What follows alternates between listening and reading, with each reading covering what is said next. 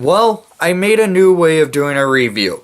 I will have a new way of doing this. You will see from how it's looking.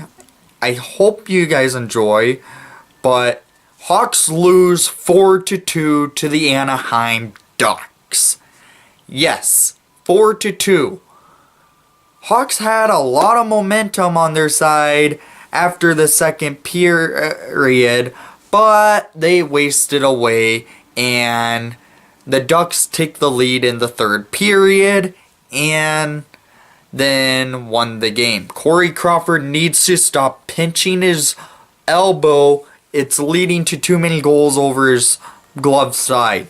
That used to be his weakest point in about 3 years ago. When that was his weakest point, he figured to just stop pinching his glove side and started using his glove. So, and also Jeremy Colleton does not know how to pull a goalie at the right time, and that's what caused us to give up the fourth goal, as you can see in my end of this video. So I hope you guys enjoy, and here's past Nick. Well, no start to this game again. Hawks are losing 2-0 at the 10-minute mark in the first period. So, what's new about that? The Hawks normally go down quick, and they did as normal. 5 minutes and 41 seconds into the game, Brandon Montour scores his third goal of the season with a screen from Raquel up front of the net, where Crow could not see where the puck was, so Montour took advantage of it.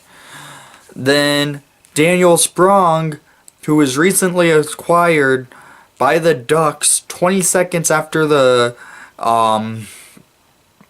Montour goal, scores to make it 2-0. And that was this weird angle shot, went off Crow's nameplate and in the net and bounced and just ricocheted out of the net real quick. So this is now the Hawks coming into a game still sucking. We only have one shot it seems like right now, from what I can count. But honestly, I don't know what to say about this team. They don't come out to start games. It used to be they don't play 60 minutes, but now it's where they don't start games. Colleton has a lot to do to get the Hawks back in going. More coming in intermission. Thanks for staying tuned. Well, as I already told you, 10 minutes into the first period, the Hawks went down early. 5 minutes into the game, it's now intermission. Hawks are still down 2-0. But this is intermission reporting time, and Hawks came out slow. They really did. They looked like they did not want to come out to play as normal. It seems like that happens every game. It's been happening quite a bit. I feel bad for Corey Crawford because he's made some high quality saves, but the second goal, it's one of those weird fluke goals that you cannot... It's hard to make the save because it went off... It was just a weird angle shot, and it went off Crow's back in the net. Hawks started to gain momentum after they got their first power play of the game. Did not score on it, as you know by the score, being 2-0 at first intermission, but the Hawks ended up getting a total of 8 shots to the Ducks having 12 because in the first 10 to 12 minutes of the game, the Ducks had all momentum on their side, just shooting the puck on Crow to just try to get it past him. So the Hawks do need to come out into the second period pretty strong.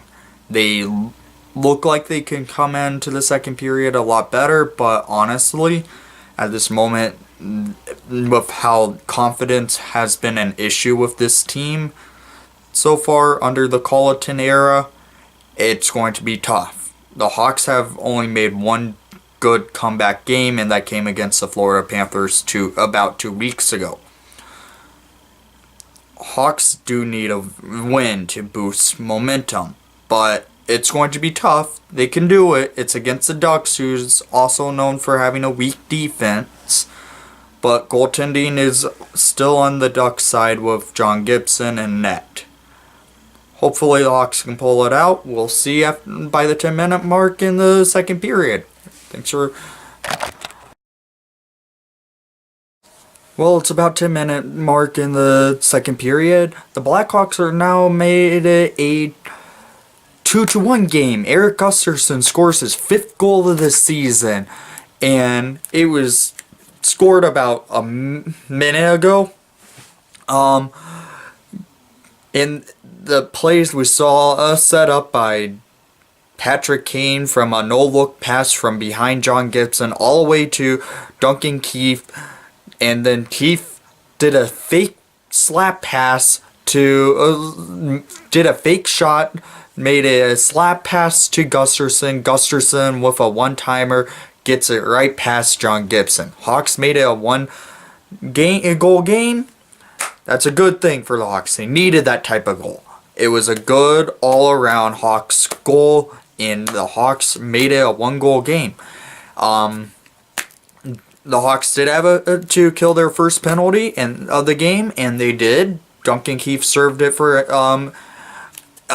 interference, and after that, the Hawks gained momentum and scored a goal. That's something the Hawks need, and it's now a 1-goal game. Let's hope we can keep it up. See you in intermission. Well, it's intermission time, and after 2 periods, the Hawks managed to tie the game 2-2 after 2. Second period magic by the Hawks. They look like their old selves. They gained momentum after PK to tie the game to make it they killed a penalty that led to a goal by the Hawks to make it a 1-goal game. As you know, it was a Gustafsson goal.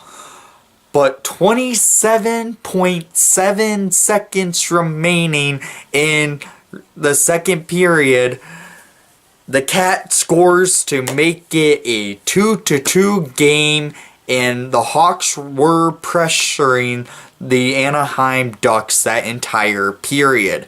All momentum was on the Hawks side. They made it a game out of it. Corey Crawford looked solid in the second period. He actually played solid in the first period, as you know. And with how the Hawks were playing this entire second period, they managed to make it a 2-2 game.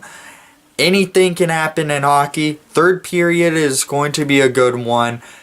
And honestly, without that play from the DeBrincat goal, it was assisted by Taze and Saad.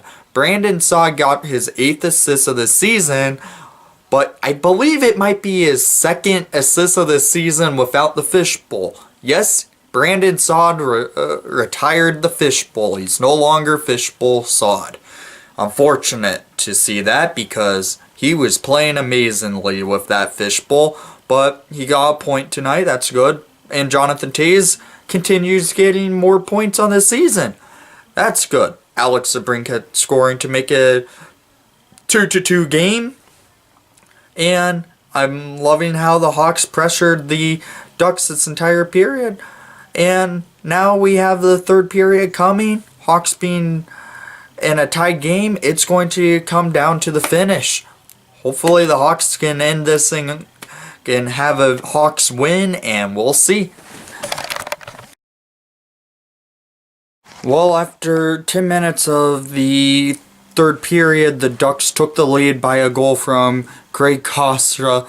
It was a the defense of the Hawks with Brandon Manning and Brent Seabrook out there, and Costa took advantage, and Corey Crawford pinched his glove side and didn't get it elevated. Crow's been doing that a lot lately, and that's what's been leading to glove side goals, and Crow needs to take a look at what's going on, why he's weak on the glove side again.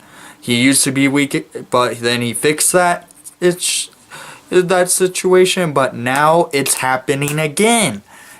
Hawks are down 3-2 after 10, and they just had a power play and failed on it. They did not look good on that power play, but anything can happen. The Hawks can still tie this game. Hopefully they do and force overtime, because this is the Hawks, and this has been the Hawks season, how the Hawks season's been going so far all year, and Colleton needs to do something to fix this situation where they do go down and they lose momentum.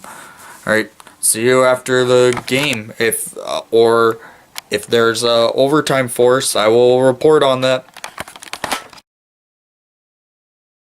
Well, the Hawks don't pull off a comeback yet again. They pull the goalie at the wrong time. You don't pull your goalie when you have the puck leaving the defensive zone, in my opinion. Colleton's an idiot when it comes to pulling a netminder, because they pull Crow when Kane has the puck leaving the defensive zone, and Jakob Soderberg takes the puck and walks it into the empty net. Ducks end up winning 4-2. And honestly, the Hawks had all momentum on their side until after giving up the goal to give the Ducks the win. So, I hope you like this new way of doing a review, but I was wanting to try something new, and this is how it looked. I hope you enjoyed the broadcast. Please leave a like and subscribe. Leave some feedback on if this new way of doing a review is cool or not. And most of all, let's go Hawks, and 5 in a row is another losing streak.